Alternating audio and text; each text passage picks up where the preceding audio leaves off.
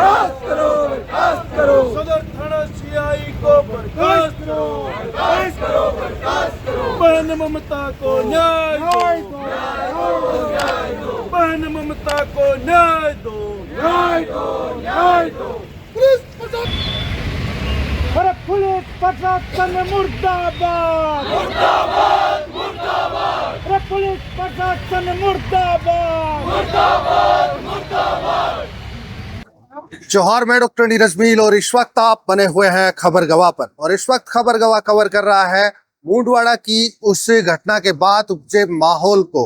और इस वक्त माहौल में तब्दीली ये आई है कि कुछ लोग जो हैं वो पीड़ित पक्षकार है जिसपे गाड़ी चढ़ाने की बात आई है और गाड़ी चढ़ाई, तो वो लोग जो है वो उग्र होकर अब कलेक्ट्रेट पर प्रदर्शन कर रहे हैं।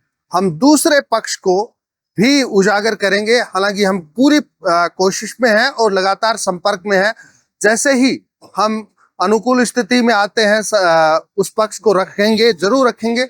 और इस वक्त यहाँ पर ये तीसरी दफा ये प्रदर्शन हो रहा है, तो इसलिए हम ये प्रयास करेंगे कि आखिर इसको अब तीसरी दफा यहाँ आने की जरूरत क्यों पड़ी। कई सारे सवाल खड़े हो गए हैं, उन सवालों को भी इस वीडियो के दरमियान हम रखेंगे। चलिए चलते हैं और रखते हैं इन सवालों को। महिला भी धरना पर ही महिलाओं बात करांगा, और महिलाओं बात इसलिए करांगा कि घायल हुई है वह महिला है, और महिला आई ही तो महिला की बात करनी चाहिए। जी, थारो नाम? अंजना शेखावत। क्या मामला है, क्या आप बताना चाहेंगे? अब क्या मांग आप करना चाहेंगे? न्याय लेने के लिए आए हैं हम यहाँ। अच्छा, अभी एक भी अपराधी को गिरफ्तार नहीं किया है, और रात को ये अफवाह फैलाई थी कि 2 लोगों को गिरफ्तार कर लिया है। तो कहाँ है वो 2 लोग? सामने लाओ उनको।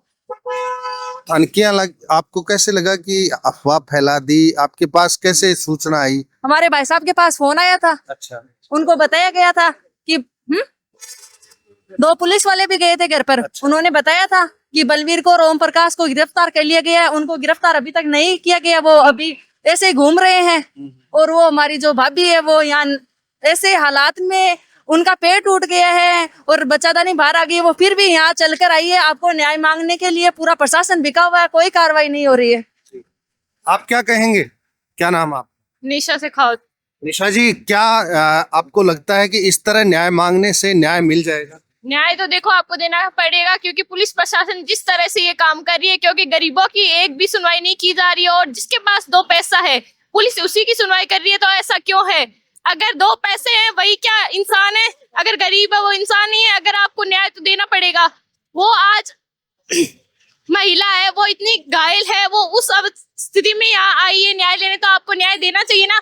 पुलिस प्रशासन उसके दौरान कोई काम नहीं कर रहा है, कोई किसी को गिरफ्तार नहीं कर रहा है, तो ये कहाँ की न्याय है? सेम टाइम जहाँ गाड़ी चढ़ाई गई उन्हें किसी को गिरफ्तार नहीं किया गया, और 11 तारीख को जब ये काम हुआ और 13 तारीख तक जब यही गरीब लोग वहां फिरे तो इनकी किसी ने सुनवाई नहीं की। तो ये क्यों है? जी, आप कह रहे हैं कि न्याय हम लेकर रहेंगे। आप न्याय उसी पक्ष से मांग रहे हैं जिस पक्ष पर आप आरोप भी लगा रहे हैं कि इन्होंने कार्रवाई नहीं की। तो क्या आपको अब लगता है कि अब ये न्याय कर पाएंगे? हम यही कहना चाहते हैं कि पुलिस प्रशासन को ध्यान देना चाहिए, गरीब लोगों को न्याय दिलाना चाहिए। ये 2 पैसे हैं, उनकी बात सुन रहे हैं, उन्होंने इनको पैसे खिला दिए, इन्होंने हमारी कोई सुनवाई नहीं की। इनके दौरान हम यही कहना चाहेंगे कि इन्हें गरीब लोगों पर ध्यान देके न्याय दिलाना चाहिए। जब हम 20 दिन पहले, जब वो हुआ था उसके 20 दिन पहले हम आए थे कि हमें बहुत मुश्किल समय, हमें हमारे घर पे गुंडे आ रहे हैं, हमें धमकियां दे रहे हैं, तो उसी टाइम इन्हें हमारे पर थोड़ा ध्यान देना चाहिए। 10 दिन बाद हमारे साथ ये अपराध हुआ, उसके बाद में भी ये हमारी सुनवाई नहीं कर रहे हैं। ऐसा क्यों है? क्यों गरीब लोग इंसान नहीं है? 2 पैसे हैं, वो 2 धंधे काम कर रहे हैं, उनके पास पैसे, उन्हीं की सुनवाई होगी क्या? इस वक्त हमारे साथ जो ज्ञापन देने गए थे वो जुड़ चुके हैं, और कलेक्टर साहब ने क्या कहा है सबसे पहले बातचीत करेंगे। जी, आपका नाम? राकेश कटरातल। राकेश जी, क्या आप लगातार आ रहे हैं और आपकी बातें जो हैं वो अलग तरीके से एक्सप्रेस हो रही हैं, क्या कुछ आप इस मामले में बताना चाहेंगे?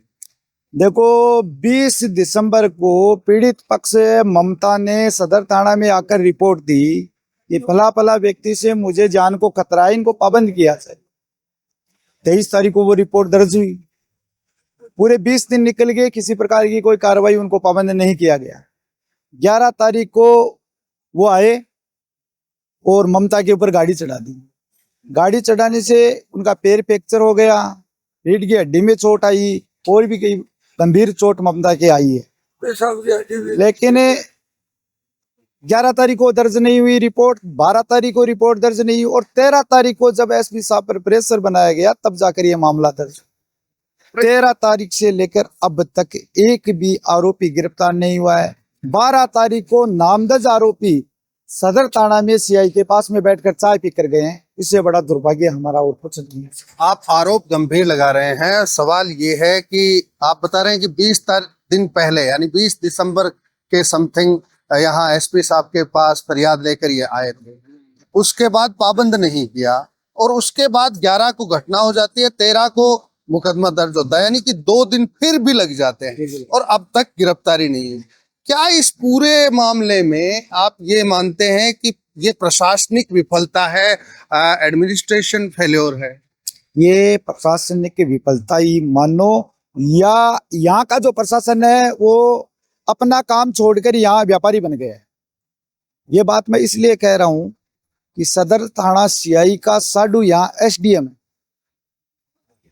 उससे क्या फर्क पड़ा? उससे फर्क ये पड़ा कि इन दोनों ने मिलकर आज से 2 महीना पहले भी एक जमीन यहाँ कुड़क करवाई और इस जमीन मेरे को आप इतना ही बताओ कि जो घटना करने वाले आदतन अपराधी तो है नहीं, गांव में परिवार की आपस की लड़ाई थी, लड़ाई करके वो कहां तक भाग सकते हैं? मामला ये भी आ रहा है कि 5 बीघा जमीन इन्होंने बेच दी थी और अब बात सामने कुछ यूं भी आ रही है कि उस 5 बीघा पर कब्जा इन्होंने नहीं दिया, तो वो कब्जा तो लेना चाहेगा बंदा। इन्होंने कब्जा भी दिया, 5 बीघा जमीन भी दी है, 4 बीघा। वो मामला ऐसे हुआ सर, जैसे रास्ता तो यहाँ है और इस कोर्ट के पीछे, मैं उदाहरण के लिए समझा रहा हूँ, आपकी जमीन है, मैंने मेरे जमीन से 4 बीघा आपको पीछे वाले में मिलाने के लिए दे दी, आप वो 4 बीघा जमीन लेकर कह रहे हो मुझे ऑन रोड पर रास्ता दो, तो ये कैसे संभव है? यानी कि कुल मिलाकर जमीनी विवाद का मामला है जो यहाँ तक पहुंचा है। बिल्कुल बिल्कुल। नेछवा में एक सांड पर, आप भी बोल रहे थे, बिल्कुल। नेछवा में एक सांड पर एक बावरी ने वो गाड़ी चढ़ा दी, बताई, आरोपी था, उसका जुलूस निकाला गया। हालांकि जुलूस की बात अभी हाल ही में जो एडीजी क्राइम है उन्होंने आदेश निकालना पड़ा कि इस तरह से आरोपियों को गरिमा ठेस नहीं पहुंचाई जा सकती क्योंकि वो आरोपी है। मेरा सवाल ये है कि उस वक्त जो उबाल आया था एक सांड के प्रति, क्या एक मनुष्य के ऊपर गाड़ी चढ़ाने में इस तरह का उबाल नहीं आना किस ओर इशारा करता है? आप क्या सोचते हैं? देखो, ये तो अपना जो समाज है, ये समाज की ही एक तरह से अपन देखे तो ये मूर्खता है कि सांड में, गाय में और अपनी माँ को, बहन को, बेटी को अपन सम्मान दर्जा देते हैं। अगर सांड के ऊपर गाड़ी चढ़ाने से अगर इतना रोष पैदा हो गया और एक बहन के ऊपर गाड़ी चढ़ा दी, समाज में अभी तक वो आक्रोश नहीं देखने को मिला, इसका मतलब अपना समाज सोया हुआ समाज है, अपना समाज भावनाओं में बहने वाला समाज है। अगर सोशल मीडिया पर कोई मुद्दा ट्रेंड कर गया तो उसको लेकर खड़े हो जाएंगे। अगर कोई मामला सोशल कितना ही गंभीर हो, सोशल मीडिया पर ट्रेंड नहीं किया, यानी कि सोशल मीडिया तय कर रही है। फिलहाल अंत में एक सवाल आपसे करना चाहेंगे कि ये जो प्रकरण है, इस प्रकरण में कई तरह की चीजें सामने आई हैं, आपने आरोप भी लगाए हैं, हालांकि खबर गवाह किसी भी आरोप की कोई पुष्टि नहीं करता है। हाँ, आपको बात रखने का अधिकार है, आपने बात रखी। हमारा सवाल ये है कि आप फिलहाल जो प्रदर्शन करके न्याय मांग रहे हैं, वो उसी पक्ष से न्याय मांग रहे हैं जिस पक्ष ने आपको, आपकी पूर्व में नहीं सुनी, जो आपने बताया। तो क्या ऐसे में आप अब भी गंभीर हैं या आशातीत हैं, आशावान हैं कि आपको न्याय मिल पाएगा, क्योंकि आप उसी पक्ष से न्याय मांग रहे हैं? हमें उम्मीद है न्याय मिलेगा। सदर थाना सीआई हमारी बात को नजरअंदाज कर सकता है, लेकिन इस जिले का प्रशासन हमारी बात को नजरअंदाज नहीं करेगा, आरोपियों को भी गिरफ्तार करेगा और सीआई पर भी कार्रवाई होगी। जी, आपने समय दिया, इसके लिए बहुत बहुत शुक्रिया। हम दूसरे पक्ष से भी मिलेंगे, बहुत जल्द हम बात करेंगे और वो पक्ष भी आपके सामने रखेंगे। इस एपिसोड में इतना ही, लेकिन जनता के मुद्दों पर खबर गवाह का उलगुलान जारी रखेंगे। दीजिए इजाजत, जोहार।